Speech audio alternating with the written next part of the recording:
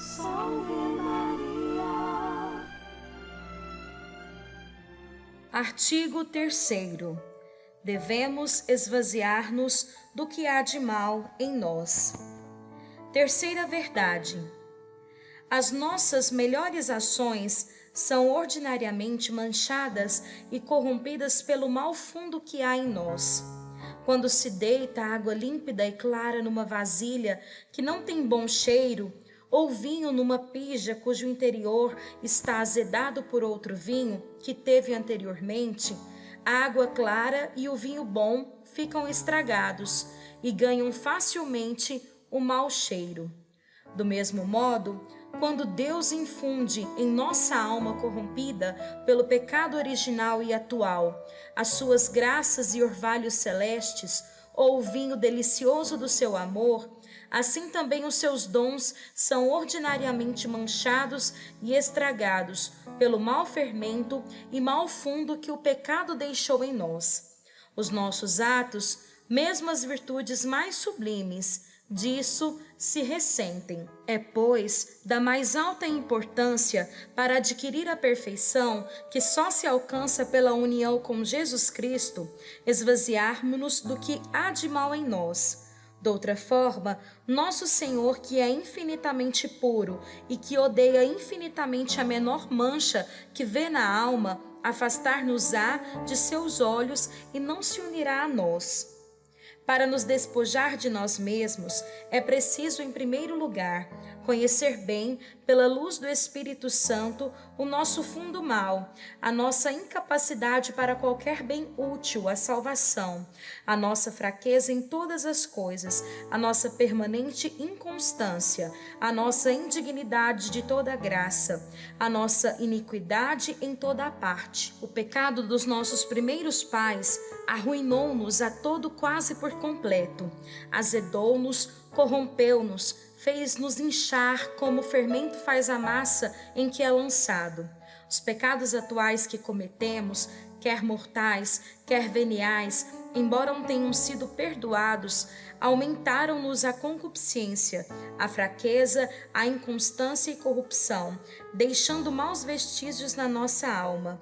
O nosso corpo é tão corrupto que é chamado pelo Espírito Santo corpo de pecado, concebido no pecado, alimentado no pecado, capaz de todo pecado e sujeito a 1000 enfermidades. Corrompe-se de dia a dia e gera somente sarna, vermes e corrupção. A nossa alma, unida ao corpo, tornou-se tão carnal que chega a ser chamada carne. Toda a carne tinha corrompido o seu caminho. A nossa única herança é o orgulho e a cegueira de espírito, o endurecimento do coração, a fraqueza e a inconstância da alma, a concupiscência, a revolta das paixões e as doenças do corpo. Somos, naturalmente, mais orgulhosos que os pavões, mais apegados à terra que os sapos, piores que os bodes, mais invejosos que as serpentes, mais gulosos que os porcos, mais coléricos que os tigres e mais preguiçosos que as tartarugas, mais fracos que caniços e mais inconstantes que os cataventos. De nosso, só temos o nada e o pecado, e só merecemos a ira de Deus e o inferno eterno. Depois disto, será para admirar que nosso Senhor tenha dito que quem o quisesse seguir devia renunciar a si mesmo e odiar a sua própria alma? Que aquele que amasse a sua, a perderia, e o que a odiasse a salvaria? Esta sabedoria infinita, que não impõe mandamentos sem razão, não nos manda odiar-nos a nós mesmos, senão porque somos sumamente dignos de ódio. Nada há tão digno de amor como Deus, e nada tão digno de ódio como nós. Em segundo lugar, para nos despojar de nós mesmos, é preciso morrer todos os dias. Isto quer dizer que é preciso renunciar às operações das potências da nossa alma e dos sentidos do nosso corpo, ou seja, temos de ver como se não víssemos, de ouvir como se não ouvíssemos, de nos servir das coisas deste mundo como se delas não nos servíssemos. É a isto que São Paulo chama de morrer todos os dias. Se o grão de trigo cai à terra e não morre, permanece só e não produz fruto. Se não morrermos para nós mesmos, e se as nossas devoções mais santas não nos levam a esta morte necessária e fecunda, não daremos fruto que valha. Porque então as nossas devoções tornar-se-ão inúteis. Todas as nossas boas obras serão manchadas pelo amor próprio e pela nossa vontade própria, o que fará com que Deus abomine os maiores sacrifícios e as melhores ações que possamos fazer. E nesse caso, encontrar-nos-emos com as mãos vazias de virtudes e méritos na hora da nossa morte, e não teremos sequer uma centelha de puro amor, pois este só é dado às almas mortas para si mesmas e cuja vida está oculta com Jesus Cristo em Deus. Em terceiro lugar, é preciso escolher dentre todas as devoções à Santíssima Virgem aquela que nos leva mais a esta morte para nós próprios, porque é esta a melhor e mais santificante. Não se julgue, de fato, que tudo o que brilha é ouro, que tudo o que é doce é mel, e que tudo o que é fácil e praticado pela maior parte das pessoas é o mais santificante. Na ordem da graça, existem também segredos para fazer operações sobrenaturais em pouco tempo, suavemente e facilmente, tais como despojar-se de si mesmo, encher-se de Deus e tornar-se perfeito. A prática que quero revelar é um desses segredos de graça, desconhecido pela maior parte dos cristãos, conhecido por poucas almas piedosas, praticado e apreciado por menos ainda. Para começar a descobrir esta prática, eis uma quarta verdade, que é uma consequência da terceira. Artigo 4º. Temos necessidade de um mediador junto ao mediador mesmo, que é Jesus Cristo. Quarta verdade, é mais perfeito porque mais humilde não nos aproximarmos diante de Deus, mas servirmos-nos de um mediador.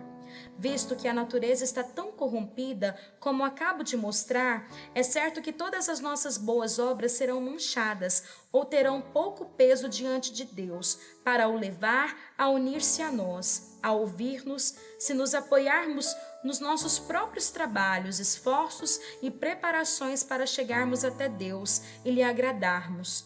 Não foi sem motivo que Deus nos deu mediadores junto da sua divina majestade. Ele viu-nos indignos e incapazes, teve piedade de nós e, para nos dar acesso às suas misericórdias, proporcionou-nos intercessores poderosos junto da sua grandeza. Deste modo, negligenciar esses intermediários, aproximarmos-nos diretamente da própria santidade, sem intercessão alguma, é falta de humildade e de respeito para com um Deus tão santo.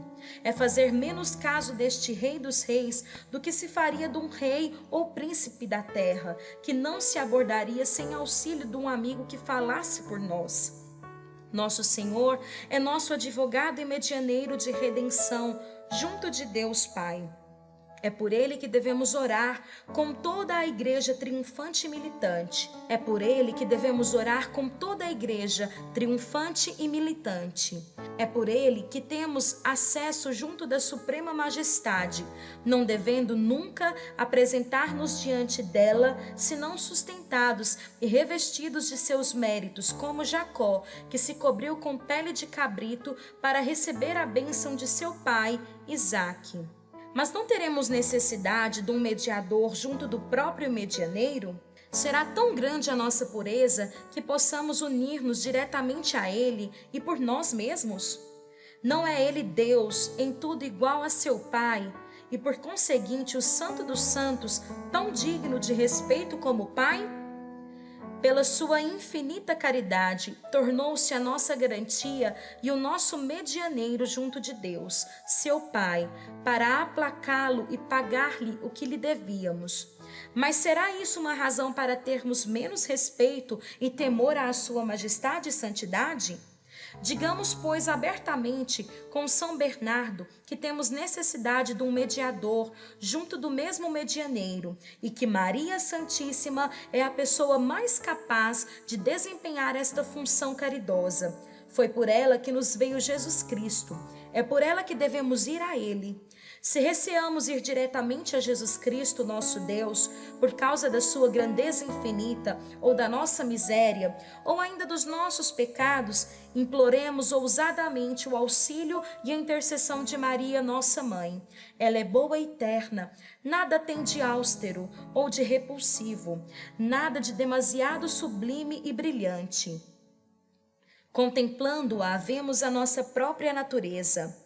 Ela não é o sol que, pela vivacidade dos seus raios, poderia cegar-nos por causa da sua fraqueza. Ela é bela e doce como a lua, que recebe a luz do sol e a abranda a fim de adaptá-la à nossa pequenez.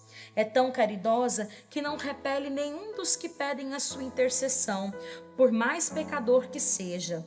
Pois, como dizem os santos, desde que o mundo é mundo, nunca se ouviu dizer que alguém tenha recorrido à Santíssima Virgem com confiança e perseverança, tenha sido por ela desamparado. Ela é tão poderosa que nunca foi desatendida nas suas súplicas. Basta que apresente diante de seu filho para lhe pedir alguma coisa. Ele imediatamente a atende e acolhe, amorosamente vencido pelas orações da sua muito querida mãe, que o portou ao seio e o amamentou. Tudo isto é tirado de São Bernardo e de São Boaventura, pelo que, segundo eles, temos de subir 3 degraus para chegar até Deus. O primeiro, que está mais perto de nós e mais conforme a nossa capacidade, é Maria. O segundo é Jesus Cristo e o terceiro é Deus Pai. Para ir a Jesus, é preciso ir a Maria. Ela é a nossa medianeira de intercessão. Para ir ao Eterno Pai, é preciso ir a Jesus, nosso medianeiro de redenção. Ora, pela devoção que a seguir indicarei, observa-se perfeitamente nesta ordem. Artigo 5º. É-nos muito difícil conservar a graça e os tesouros recebidos de Deus. Quinta verdade. É muito difícil, atendendo à nossa fraqueza e fragilidade, conservar em nós as graças e os tesouros recebidos de Deus. Primeiro, porque temos este tesouro, mais valioso que o céu e a terra, em vasos frágeis, num corpo corruptível, numa alma fraca e inconstante, que por um nada se perturba e abate. Segundo, porque os demônios, que são ladrões muito finos, querem apanhar-nos de improviso para nos roubar e despojar. Para isso, espreitam noite e dia o momento favorável, rondam incessantemente, prontos para nos devorar e nos arrebatar num só momento, por um único pecado, tudo o que ganhamos em graças e méritos durante muitos anos. A sua malícia, a sua experiência, as suas astúcias e o seu número devem nos fazer temer imensamente esta infelicidade. Já outras pessoas, mais cheias de graça, mais ricas de virtudes, mais fundadas na experiência e elevadas em santidade, foram surpreendidas, roubadas e lamentavelmente despojadas. Ah, quantos cedros do Líbano, quantas estrelas do firmamento não têm se visto cair miseravelmente e em pouco tempo perder toda a sua elevação e claridade?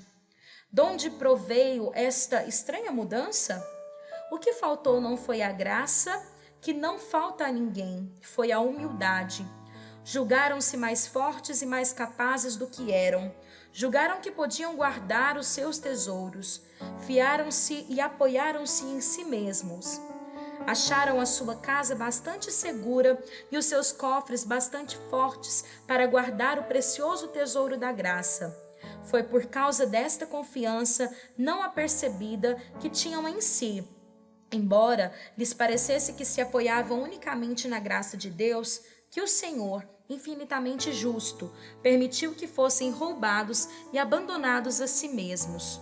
Ah, se tivessem conhecido a admirável devoção que vou expor, teriam confiado o seu tesouro a uma Virgem poderosa e fiel, que o teria guardado como seu, considerando isto como um dever de justiça.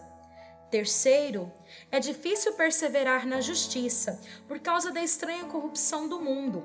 Ele está presentemente tão corrompido que se torna quase inevitável serem os corações religiosos manchados, se não pela sua lama, ao menos pela poeira. Assim, é quase um milagre conservar-se alguém firme no meio desta torrente impetuosa sem ser arrastado, andar neste mar tormentoso sem ser submergido ou pilhado pelos piratas e corsários, respirar este ar emprestado sem lhe sentir as más consequências. É a Virgem, a única sempre fiel, sobre a qual a serpente jamais teve poder, quem faz este milagre a favor daqueles e daquelas que a servem da melhor maneira.